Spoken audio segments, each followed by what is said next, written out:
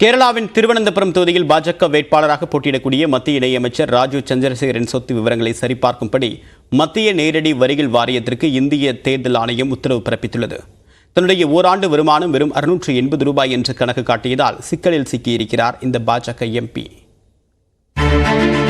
கேரளாவில் திருவனந்தபுரம் மக்களவைத் தொகுதியில் காங்கிரஸ் வேட்பாளர் சசி தரூரை எதிர்த்து போட்டியிடுகிறார் பாஜக எம்பியும் மத்திய இணையமைச்சருமான ராஜீவ் சந்திரசேகர்.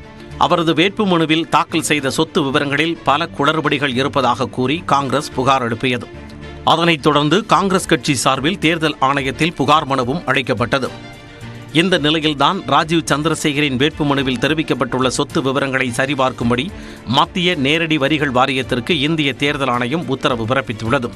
கடந்த 2018ஆம் ஆண்டு மாநிலங்களவை தேர்தலில் போட்டியிட்ட போது ராஜீவ் சந்திரசேகர் தாக்கல் செய்த சொத்து விவரங்களுக்கும் தற்போது மக்களவைத் தேர்தலில் போட்டியிடுவதற்காக அவர் தாக்கல் செய்த வேட்புமனுவில் உள்ள சொத்து விவரங்களுக்கும் பல மடங்கு மாற்றங்கள் இருப்பதாக காங்கிரஸ் கட்சி புகார் கூறியுள்ளது.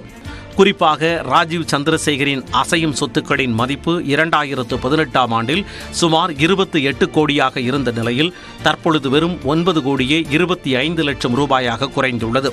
அதேபோல் 2018ஆம் ஆண்டு கடன்கள் எதுவும் இல்லை என குறிப்பிட்டிருந்த ராஜீவ் சந்திரசேகர் தற்போது 19 கோடியே 41 லட்சம் ரூபாய் கடன்கள் இருப்பதாக வேட்புமனுவில் குறிப்பிட்டுள்ளார்.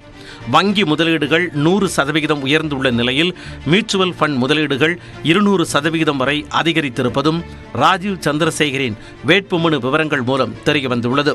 இது ஒருபுறம் என்றால் ஒவ்வொரு நிதியாண்டும் காட்டப்படும் வருமான கணக்கில் அதிர்ச்சியூட்டும் வகையில் ஒரு தகவலை ராஜீவ் சந்திரசேகர் தெரிவித்துள்ளார்.